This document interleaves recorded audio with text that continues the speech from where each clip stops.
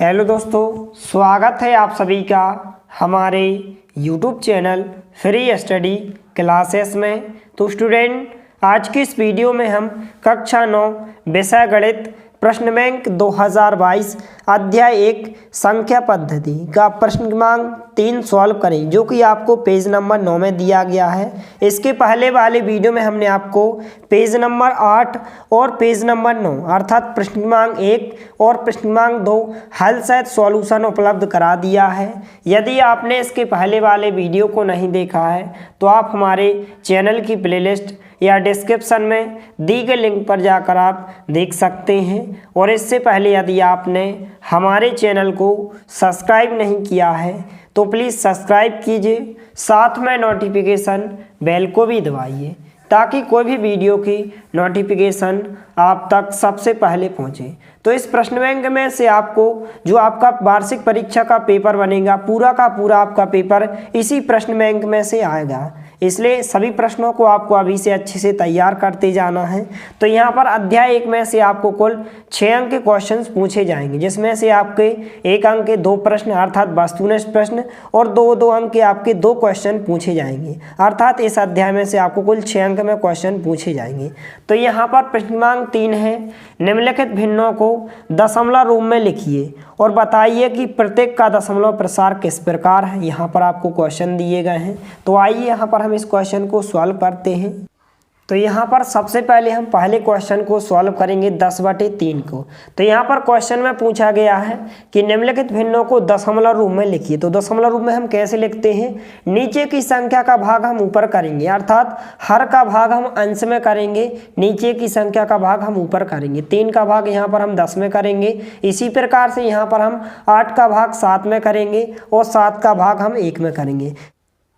और इसके बाद आपको बताना है कि बताइए कि प्रत्येक का दशमलव प्रसार किस प्रकार का है, अर्थात शांत दशमलव है कि अशांत दशमलव है। तो आइए यहाँ पर हम सबसे पहले क्वेश्चन को सॉल्व करेंगे। तो सबसे पहले यहाँ पर हमें दशमलव रूप में लिखना है। तो हम नीचे की संख्या का भाग हम ऊपर करेंगे, 3 का भाग यहाँ पर हम 10 में करेंगे। तो 3 का भाग हम 10 में करेंगे, तो 3 का भाग 10 में 3 बार जाएगा, 3 त्रिका यहाँ पर 9 हो जाएंगे। 10 में से यदि हम 9 को माइनस करेंगे तो 1 बचेगा। अब इसके बाद 3 का भाग तो 1 में नहीं जाएगा, क्योंकि 3 बड़ी संख्या 1 छोटी संख्या है। तो यहाँ पर हम दशमलव लगाएंगे और जब दशमलव लग जाता है तो यहाँ पर हम 1 0 यहाँ पर रख सकते हैं। 3 का भाग 10 में फिर कितनी बार जाएगा, 3 बार जाएगा, तो 3 त्रिका 9 हो जाएंगे। फिर यहाँ पर 1 बचेगा। अब तो यहाँ दशमलव लग चुका है तो दशमलव के बाद 1 0 फ्री होता है, तो 3 त्रिका 9 फिर 3 बार जाएगा। तो इसी प्रकार से यहाँ पर आप देख सकते हैं संख्या बार बार रिपीट होने लगेगी और कभी भी संख्या यहाँ पर समाप्त नहीं होंगी। फिर इसके बाद यहाँ पर हम 0 रख सकते हैं। फिर 3 का भाग 10 में करेंगे तो 3 त्रिका 9 हो जाएंगे। फिर इसके बाद यहाँ पर जो आपका शेषफल 1 बचेगा, फिर यहाँ पर हम 0 लगाएंगे। तो इस प्रकार से जो आपके 3 है बार बार आपकी संख्या रिपीट होने लगेंगी।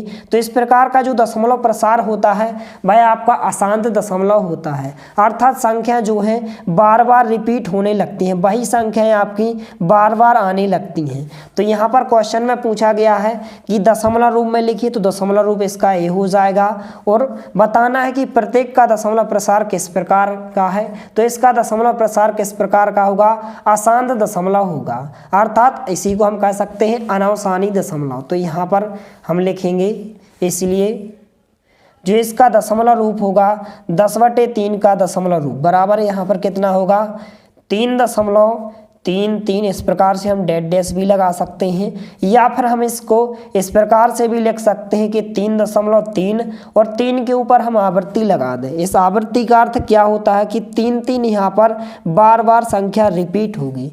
और इसके बाद यहाँ पर हमें बताना है कि दशमलव प्रसार किस प्रकार का होगा। तो जब इस प्रकार की कंडीशन आ जाए कि संख्या बार बार रिपीट होने लगे और यहाँ पर शेषफल कभी भी 0 ना आए, तो यहाँ पर इस प्रकार की कंडीशन में जो दशमलव प्रसार होता है वह अशांत दशमलव होता है, या फिर इसी को हम अनावसानी दशमलव कहते हैं। तो यहाँ पर हम लिखेंगे जो इसका दशमलव यहाँ पर प्रसार होगा वह कौन सा होगा, अशांत दशमलव होगा, अशांत दशमलव, या इसी को हम अनावसानी दशमलव भी कह सकते हैं। तो आपको ध्यान रखना है कि अशांत दशमलव को ही हम अनावसानी दशमलव भी कहते हैं। तो यहाँ पर पहले क्वेश्चन में आपका जो दशमलव प्रसार होगा 3.33 हो जाएगा, यहाँ पर ये दशमलव रूप हो जाएगा, और दशमलव प्रसार अशांत दशमलव होगा अर्थात अनावसानी दशमलव होगा। इसके बाद यहाँ पर इसी प्रकार से हम सेकंड क्वेश्चन को सॉल्व करेंगे और इसको हम सबसे पहले दशमलव रूप में लिखेंगे, फिर इसके बाद यहाँ पर हम इसका दशमलव प्रसार यहाँ पर बताएंगे। तो इसके बाद हम सेकंड क्वेश्चन को सॉल्व करेंगे। तो यहाँ पर दूसरा क्वेश्चन है 7/8। तो आपको कुछ नहीं करना है, नीचे की संख्या का भाग आपको ऊपर करना है, अर्थात हर का भाग आप अंश में करें। तो यहाँ पर हम 8 का भाग 7 में करेंगे। तो यहाँ पर 8 का भाग तो 7 में जाएगा नहीं, क्यों नहीं जाएगा? क्योंकि 7 छोटी संख्या है और 8 एक बड़ी संख्या। तो 8 यहाँ पर 0 आ जाएगा, यहाँ पर दशमलव आ जाएगा, तो यहाँ पर भी 0 आ जाएगा। अब 8 का भाग हम 70 में करेंगे, कितनी बार जाएगा? यहाँ पर 8 अठैया यहाँ पर 64 हो जाएगा। तो यहाँ पर कितने बचेंगे? घटाने पर यहाँ पर 6 बचेंगे। इसके बाद जब भी दशमलव लग जाता है तो दशमलव के बाद यहाँ पर हम एक 0 आसानी से यहाँ पर रख सकते हैं। अब 8 का भाग 60 में कितनी बार जाएगा? 7 बार जाएगा। 8 ही 7 यहाँ पर 56 हो जाएंगे। यहाँ पर यदि हम घटाएंगे तो यहाँ पर 4 बचेंगे, फिर इसके बाद यहाँ पर हम 0 रख सकते हैं, क्योंकि दशमलव जब भी लग जाता है तो दशमलव के बाद यहाँ पर हम एक 0 यहाँ पर रख सकते हैं। अब 8 का भाग 40 में कितनी बार जाएगा? 5 ही बार जाएगा, तो 8 पंच यहाँ पर 40 हो जाएंगे। तो यहाँ पर आप देख सकते हैं कि शेषफल आपका 0 आ चुका है। तो ध्यान रखना है आपको कि जब भी शेषफल 0 आ जाए तो आपका दशमलव जो प्रसार होता है वह शांत दशमलव होता है। और जब इस प्रकार की कंडीशन होती है कि संख्या बार बार रिपीट होती है, अर्थात इनका शेषफल कभी भी 0 नहीं होता है, तो इस प्रकार का जो प्रसार होता है वह अशांत दशमलव होता है, अर्थात अनावसानी दशमलव होता है। लेकिन इस प्रकार की कंडीशन जब होती है कि शेषफल यहाँ पर जब 0 आ जाए तो वह शांत दशमलव होता है। इसका दशमलव प्रसार किस प्रकार का होता है? शांत दशमलव होता है। तो यहाँ पर हम लिखेंगे, इसलिए सबसे पहले 7/8 का यहाँ पर हम दशमलव रूप लिखेंगे। तो इसका जो दशमलव रूप होगा यहाँ पर कितना होगा? 0.875। आपको ध्यान रखना है कि जब दशमलव लग जाता है तो दशमलव के बाद हम सिंगल संख्या को पढ़ते हैं, अर्थात एक एक संख्या को पढ़ते हैं। 0.875 ये आपका दशमलव रूप हो जाएगा। इसके बाद यहाँ पर इसका जो दशमलव प्रसार होगा, यहाँ पर चाहे तो आप लिख भी सकते हैं दशमलव प्रसार। 7/8 का यहाँ पर जो दशमलव प्रसार होगा वह कितना हो, कौन सा होगा? अशांत दशमलव होगा। तो यहाँ पर हमने लिखा कि 7/8 का दशमलव प्रसार। अब दशमलव प्रसार कैसा होगा? यहाँ पर शांत दशमलव होगा, क्योंकि यहाँ पर संख्याएं तो बार बार रिपीट नहीं हो रही हैं और आपका जो शेषफल है वह 0 आ चुका है। और जब भी शेषफल 0 आ जाए तो उसका जो दशमलव प्रसार होता है वह कैसा होता है? शांत दशमलव होता है। तो इस प्रकार से यहाँ पर इसका दशमलव प्रसार शांत दशमलव हो जाएगा। तो इस प्रकार से आपका ये आंसर हो जाएगा। यहाँ पर ये हो जाएगा, इसका दशमलव रूप हो जाएगा, ये दशमलव प्रसार हो जाएगा। इसी प्रकार से यहाँ पर हम तीसरे क्वेश्चन को सॉल्व करेंगे। तो यहाँ पर तीसरा क्वेश्चन यहाँ पर आप देख सकते हैं 1/7 है। तो इस प्रकार के सभी क्वेश्चन को आपको अच्छे से सॉल्व करके देख लेना है, क्योंकि आपके 2 अंक के लिए वार्षिक परीक्षा की दृष्टि से बहुत ही महत्वपूर्ण प्रश्न है।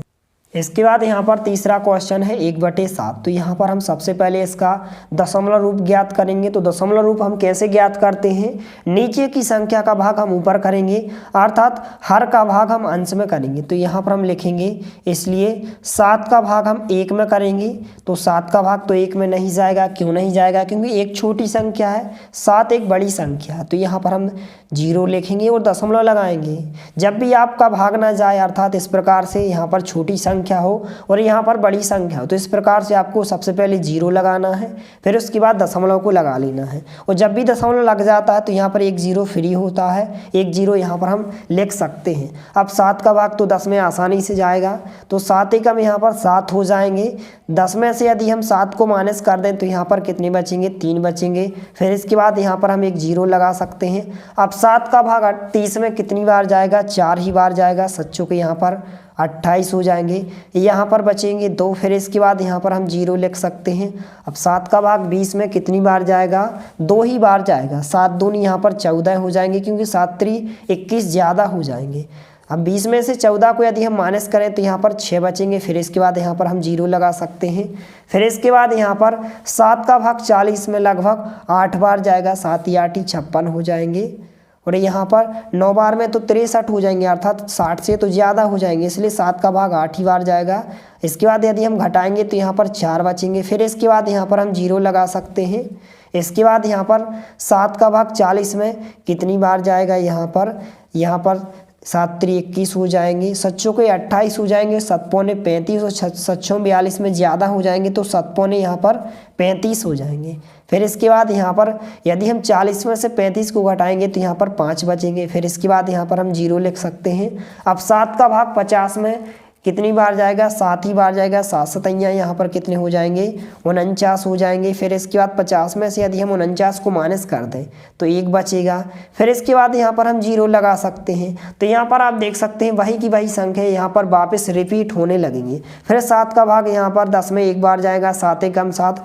फिर यहाँ पर हम 10 में से 7 को घटाएंगे, 3 बचेंगे तो 30 हो जाएंगे। फिर 7 के 28, अर्थात जो आपकी संख्या है यही संख्या आपकी बार बार रिपीट होने लगेंगी। अर्थात इस प्रकार से यहाँ पर हम डेड डैश लगा सकते हैं। और यहाँ पर आप देख सकते हैं कि जो हमारा शेषफल है यहाँ पर 10 आया है। यदि हमारा शेषफल 0 आ जाता तो हम कह सकते हैं कि जो इसका दशमलव प्रसार होगा वह कैसा हो जाता, शांत दशमलव हो जाता। लेकिन यहाँ पर तो संख्याएं बार बार रिपीट होने लगी हैं और यहाँ पर शेषफल 0 नहीं आया है। अतः यह आपका कौन सा प्रसार होगा, यह आपका अशांत दशमलव होगा, अर्थात अनवसानी दशमलव होगा। तो यहाँ पर हम लिखेंगे, इसलिए 1/7 का जो दशमलव रूप होगा, सबसे पहले हम 1/7 का दशमलव रूप लिखेंगे, दशमलव रूप। तो इसका दशमलव रूप यहाँ पर इस प्रकार से होगा 0.14, इस प्रकार से 2, 8, 5 और 7, इस प्रकार से यहाँ पर हम डेड डैश लगा सकते हैं, क्योंकि संख्या यही संख्याएं बार बार रिपीट होंगी, कभी खत्म ही नहीं होंगी। इसके बाद यहाँ पर 1/7 का हम दशमलव प्रसार लिखेंगे कि इनका दशमलव प्रसार किस प्रकार का होगा, दशमलव प्रसार। तो दशमलव प्रसार तो यहाँ पर अशांत दशमलव होगा, क्योंकि यहाँ पर संख्याएं बार बार रिपीट हो रही हैं, तो इसका प्रसार कैसा होगा, अशांत दशमलव होगा। अर्थात इसी को हम कह सकते हैं अनवसानी दशमलव। तो इस प्रकार से आपको ध्यान रखना है कि अशांत दशमलव को ही हम अनवसानी दशमलव भी कहते हैं।